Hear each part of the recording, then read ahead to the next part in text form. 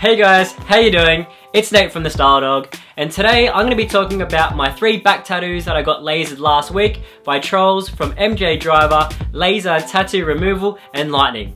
Okay guys, so last week I went and had some more laser done. I'm currently in the middle of getting 3 tattoos faded on my back for a big back piece cover up, I guess you'd say.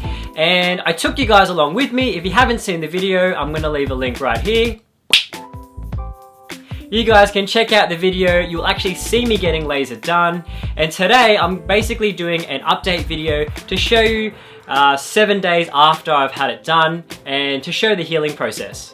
So yeah, I basically took you guys along with me because I know a lot of people are interested in getting either tattoos removed or faded for cover-ups. So I took you along with me so you guys could see the whole process, the procedure, and to show you how quick it was. Okay, so it's been a week now and I took a photo every single morning to kind of document the healing process so I could show you guys. So guys, one thing I really want to stress after you've been lasered is to really follow the aftercare advice that the laser technician gives you. This is going to ensure that your lasered area heals properly and very quickly. It's been a week and mine has healed really quick. I'm really happy with it. Okay guys, so before I show you the photos of day 1 to day 7 of the healing process, I just want to put a little disclaimer out there to let you guys know that this video is not to show the results in terms of its fading, but I really just want to show you the healing process, what happens to the skin after it's been lasered, and what happens over the next week or so.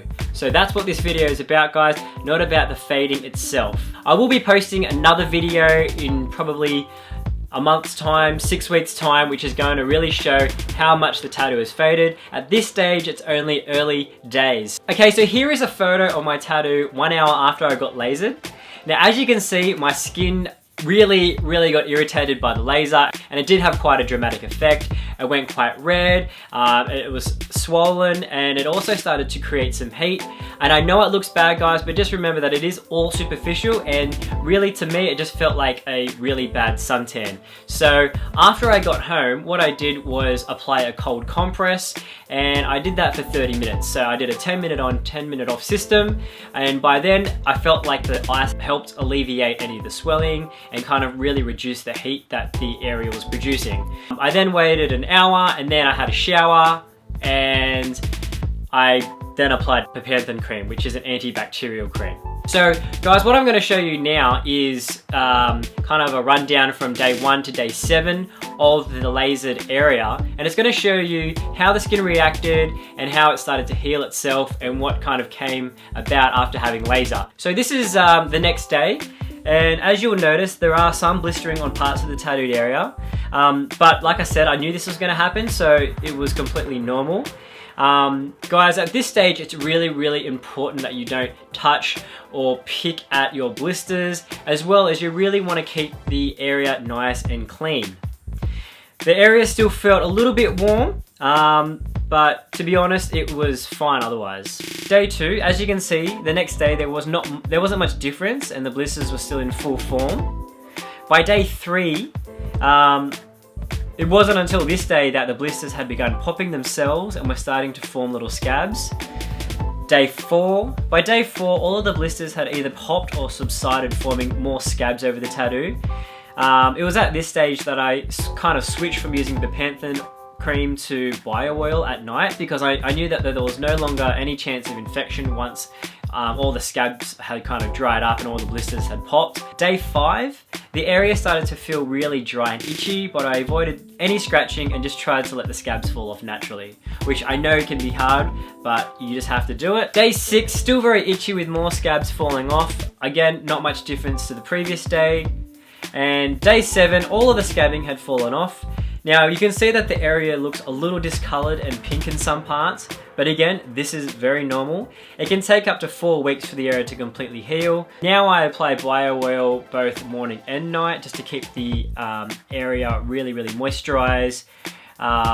and to really reduce any skin defects, so discoloration, etc. Okay guys, so that was a healing process over a week's period. As you can see, it looked quite bad and severe at the start, but by the end of 7 days, it was pretty much completely smooth again. Okay guys, now that I've showed you the lasered area from 1 day to 7 days later, I kind of just want to share some really important things that I think you guys need to know when it comes to taking care of your lasered area. Okay, so number one, you want to make sure that you are using an antibacterial cream after the treatment. This might be for the next 4-5 days after you've had laser treatment done. It's important because once the blisters pop, it is an open wound and it can lead to further infection, so you've got to keep it clean. Number two is that you want to use a low pH soap when you're having showers.